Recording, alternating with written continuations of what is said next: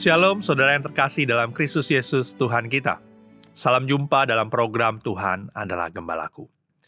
Saudara, di dalam perjalanan pelayanannya, Tuhan Yesus sering mendapat pertanyaan yang sesungguhnya bukan untuk belajar, tetapi untuk menguji dan menjebaknya. Mari kita bersama-sama memperhatikan Matius 19 ayat 1-12.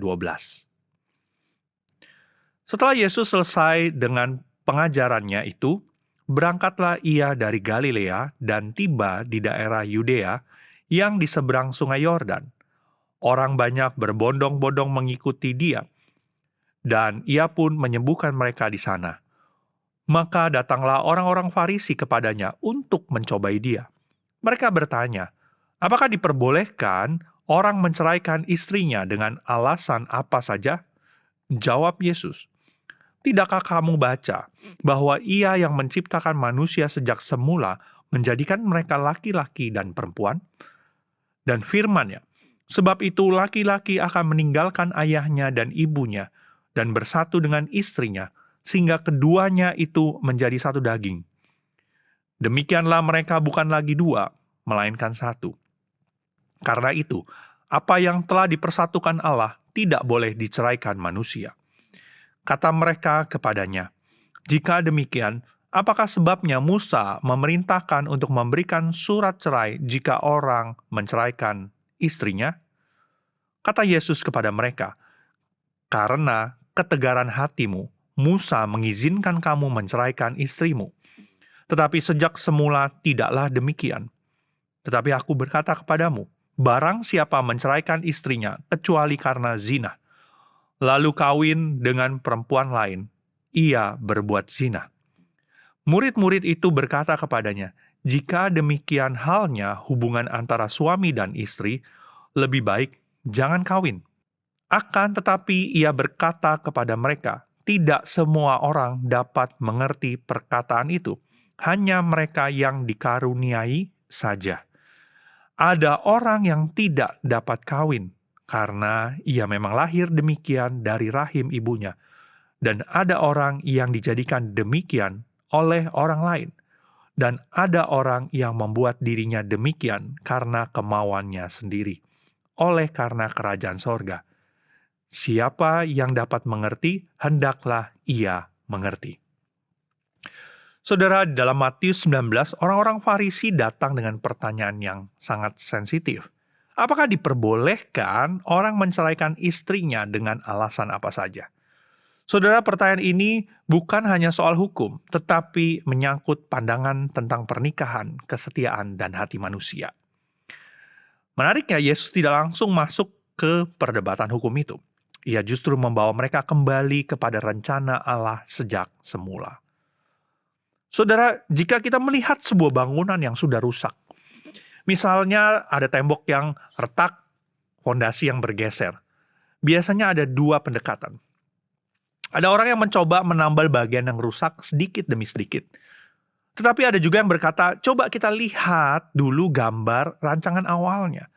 Bagaimana sebenarnya bangunan ini dirancang? Karena seringkali solusi terbaik bukan hanya memperbaiki kerusakan, tetapi kembali kepada desain semula. Itulah yang Yesus lakukan dalam perikop ini. Ketika orang Farisi bertanya tentang perceraian, Yesus menjawab dengan mengutip kitab Kejadian. Ia yang menciptakan manusia sejak semula menjadikan mereka laki-laki dan perempuan. Lalu Yesus melanjutkan, sebab itu laki-laki akan meninggalkan ayahnya dan ibunya dan bersatu dengan istrinya. Yesus membawa mereka kembali ke penciptaan. Artinya untuk memahami pernikahan yang benar, kita tidak mulai dari masalah perceraian, tetapi dari rencana Tuhan sejak semula. Dan rencana itu sangat jelas, keduanya menjadi satu daging. Ini bukan hanya penyatuan fisik, tetapi penyatuan hidup. Pernikahan menurut Alkitab adalah perjanjian yang dalam dan menyeluruh. Lalu Yesus berkata sesuatu yang sangat kuat. Apa yang telah dipersatukan Allah tidak boleh diceraikan oleh manusia.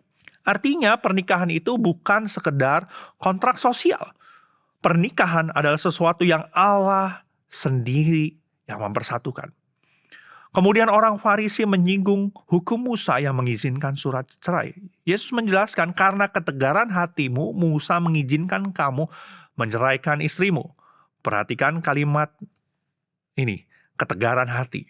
Saudara-saudara, masalah terbesar dalam relasi manusia sering bukan aturan, tetapi hati yang keras.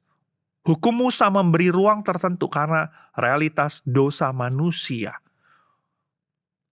Tetapi Yesus menegaskan, sejak semula tidaklah demikian. Yesus sedang mengangkat kembali standar Allah. Kemudian murid-murid berkata sesuatu yang menarik. Kalau begitu lebih baik jangan kawin. Saudara, mereka sadar bahwa pernikahan menurut standar Yesus bukanlah perkara yang ringan. Yesus selalu menjelaskan bahwa hidup selibat juga adalah panggilan khusus bagi sebagian orang demi kerajaan Allah. Artinya baik pernikahan maupun tidak menikah, keduanya harus dijalani dengan kesadaran akan panggilan yang Tuhan berikan kepada setiap kita. Baik menikah maupun tidak, itu sesuai dengan apa yang Tuhan kehendaki. Saudara, dari perikop ini kita belajar beberapa hal penting. Yang pertama, Tuhan melihat pernikahan sebagai sesuatu yang kudus. Pernikahan bukan hanya soal perasaan atau kenyamanan. Pernikahan bukanlah sesuatu yang main-main. Pernikahan adalah sesuatu yang serius. Pernikahan adalah perjanjian yang Allah sangat hargai. Karena itu kesetiaan di dalam pernikahan adalah sesuatu yang sangat berharga di mata Tuhan dan sesuatu yang harus ada. Kesetiaan. Yang kedua, masalah terbesar seringkali adalah hati yang keras. Yesus berkata bahwa perceraian diizinkan karena apa? Ketegaran hati. Seringkali konflik dalam relasi tidak dimulai dari masalah besar. Tetapi hati yang tidak mau mengampuni, hati yang tidak mau merendah, hati yang tidak mau berubah. Karena itu, hal yang paling penting bukan hanya memperbaiki hubungan itu, tetapi meminta Tuhan untuk melembutkan hati setiap kita. Sehingga pada akhirnya, konflik itu, masalah itu bisa diselesaikan, bukan dengan perceraian. Dan yang ketiga, hidup kita harus kembali kepada rencana Tuhan. Baik dalam pernikahan, dalam keluarga, di dalam kehidupan pribadi kita. Seringkali kita mencoba memperbaiki masalah kita dengan cara manusia. Namun Tuhan Yesus mengajak kita kembali kepada satu hal, yaitu rencana Tuhan sejak semula. Ketika hidup kita kembali kepada kehendak Tuhan, kita akan menemukan arah yang benar. Saudara, Yesus tidak hanya menjawab pertanyaan tentang perceraian. Ia mengajak kita untuk melihat sesuatu yang lebih dalam. Bahwa Tuhan memiliki rencana yang indah sejak awal. Ketika hati manusia menjadi keras, relasi akhirnya rusak. Tetapi ketika hati manusia kembali kepada Tuhan, pemulihan selalu mungkin terjadi. Kiranya Tuhan menolong setiap kita untuk memiliki hati yang lembut. Hidup setia di dalam panggilan kita. Dan selalu kembali kepada kehendak Tuhan di dalam setiap bagian hidup kita. Mari kita bersatu dalam doa. Ya Tuhan, biarlah setiap kami selalu kembali kepada rancangan yang Tuhan sudah tetapkan. Tuhan, biarlah kami selalu mau mencari tahu apa yang Tuhan kehendaki dalam hidup kami. Dan kami boleh dengan taat menjalani setiap rancangan yang Tuhan sudah tetapkan. Tuhan, biarlah setiap kami boleh melihat kembali diri kami, melihat kembali hati kami. Jangan-jangan seringkali konflik terjadi, masalah terjadi dalam relasi kami, relasi dengan pasangan kami, dengan keluarga kami. Karena setiap kami tidak mau merendahkan hati kami.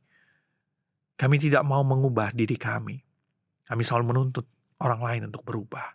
Dan pada akhirnya kami menyelesaikan masalah itu dengan rencana dan pemikiran manusia. Ampuni kami Tuhan kalau kami demikian. Tapi biarlah kami boleh datang kembali kepadamu. Dan kami boleh mencari tahu apa yang Tuhan kehendaki. Tolong kami ya Tuhan, pimpinlah hidup setiap kami. Kalau mungkin ada di antara jemaat yang saat ini sedang menghadapi konflik dalam relasi mereka dengan pasangan, dengan keluarga. Tuhan, kiranya Engkau yang menolong. Berikan jalan keluar untuk setiap masalah yang ada.